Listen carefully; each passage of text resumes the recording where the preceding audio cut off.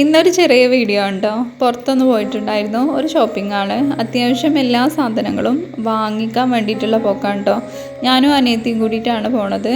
നമ്മൾ ആദ്യം തന്നെ ഡ്രസ്സ് എടുക്കാൻ വേണ്ടിയിട്ട് വർണ്ണത്തിലാണ് കയറുന്നത് കേട്ടോ. നമ്മളെ കാളികാവിലുള്ളൊരു ഷോപ്പാണ്. പിന്നെ അത്യാവശ്യം നല്ല അടിപൊളി കളക്ഷൻസ് ഇവിടെ ഉണ്ടാവലുണ്ട് കേട്ടോ. ഞാനിപ്പം അടുത്തായിട്ട് ഡ്രസ്സ് എടുത്തിട്ടുള്ളതൊക്കെ ഇവിടെ നിന്നാണ്. അത്യാവശ്യം എല്ലാ മോഡൽസും ഉണ്ടാവലുണ്ട്. പിന്നെ അതേപോലെ റേറ്റും ഒരു നമുക്കൊക്കെ അഫോർഡ് ചെയ്യാൻ പറ്റുന്ന ഒരു റേറ്റുമാണ് കേട്ടോ.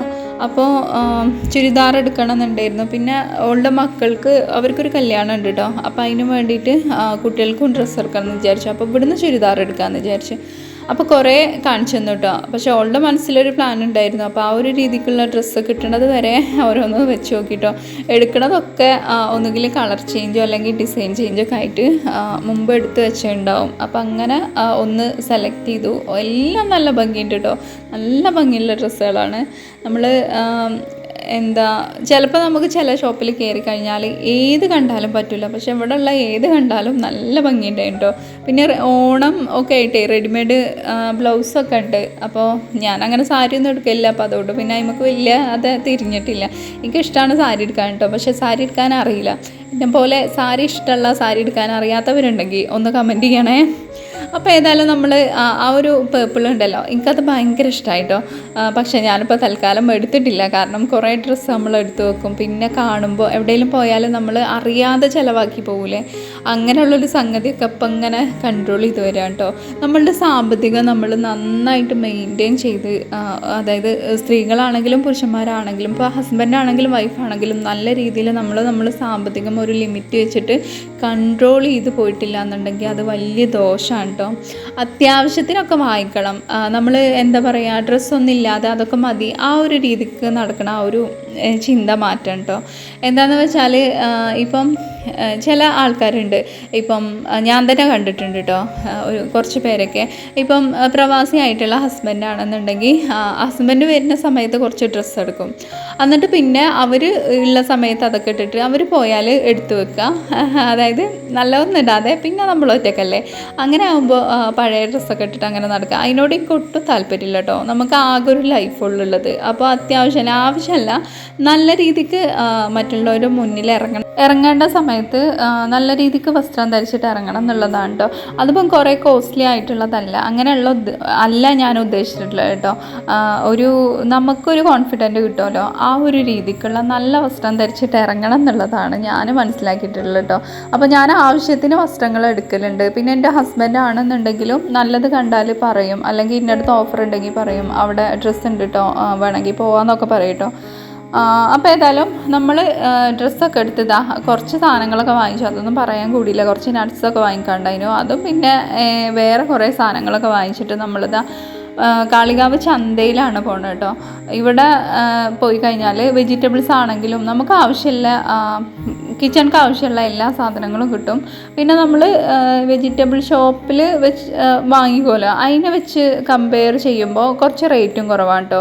പിന്നെ ഫ്രഷ് സാധനങ്ങളും കിട്ടലുണ്ട്. പിന്നെ അമ്മക്ക് കുറച്ച് ഉണക്കമീൻ അച്ചാറിടാൻ വേണ്ടിയിട്ട് വേണമായിരുന്നു കേട്ടോ. അപ്പോൾ അതും കൂടി വാങ്ങിച്ചിട്ടുണ്ട്. സ്രാവാണ് വാങ്ങിച്ചത് കേട്ടോ.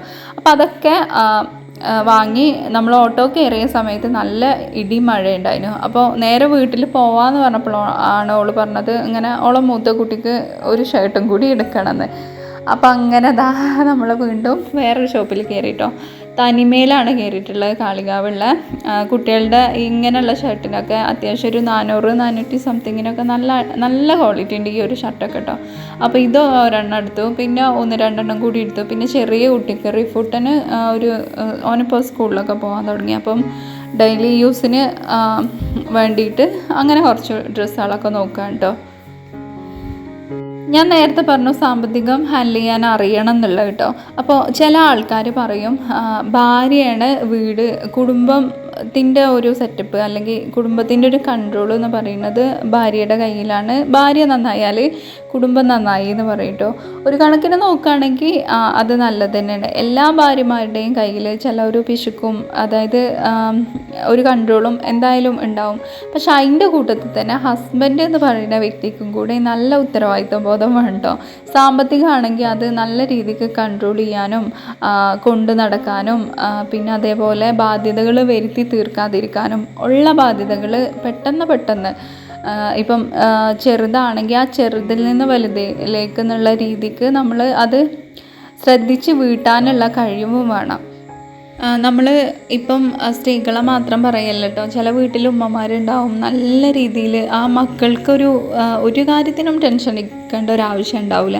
അപ്പം അങ്ങനെയുള്ള ചില ഉമ്മമാരുണ്ടാവും കേട്ടോ, എല്ലാ കാര്യങ്ങളും കറക്റ്റ് സമയത്ത് യാതൊരു ബുദ്ധിമുട്ടും വരാതെ ആക്കി തീർക്കാൻ കഴിവുള്ളവർ.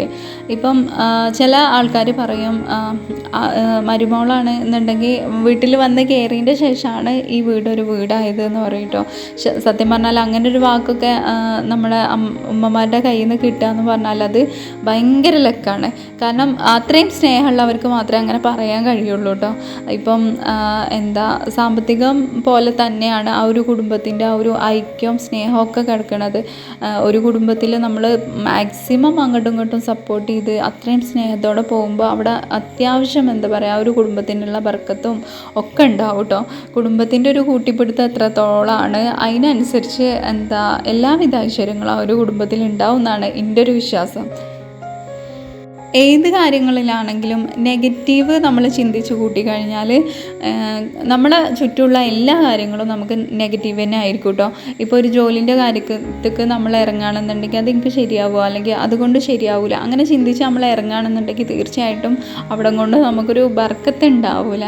അങ്ങനെ നമ്മൾ മനസ്സിൽ എന്താണ് ചിന്തിക്കണത് അത് തന്നെയാണ് നമ്മുടെ ലൈഫ് എന്ന് പറയുന്നത്. എല്ലാ കാര്യങ്ങൾക്കും മനസ്സിൽ നെഗറ്റീവ് കയറി വരുന്നവരാണെന്നുണ്ടെങ്കിൽ അത് മാക്സിമം പോസിറ്റീവായി ചിന്തിച്ച് നല്ലൊരു ലൈഫ് സെറ്റ് ചെയ്യുക. നമ്മളാണ് തീരുമാനിക്കേണ്ടത് നമ്മളെ ലൈഫ് എങ്ങനെ ആവണം, എവിടെ എത്തണം, ആരാവണം എന്നുള്ളതൊക്കെ കേട്ടോ.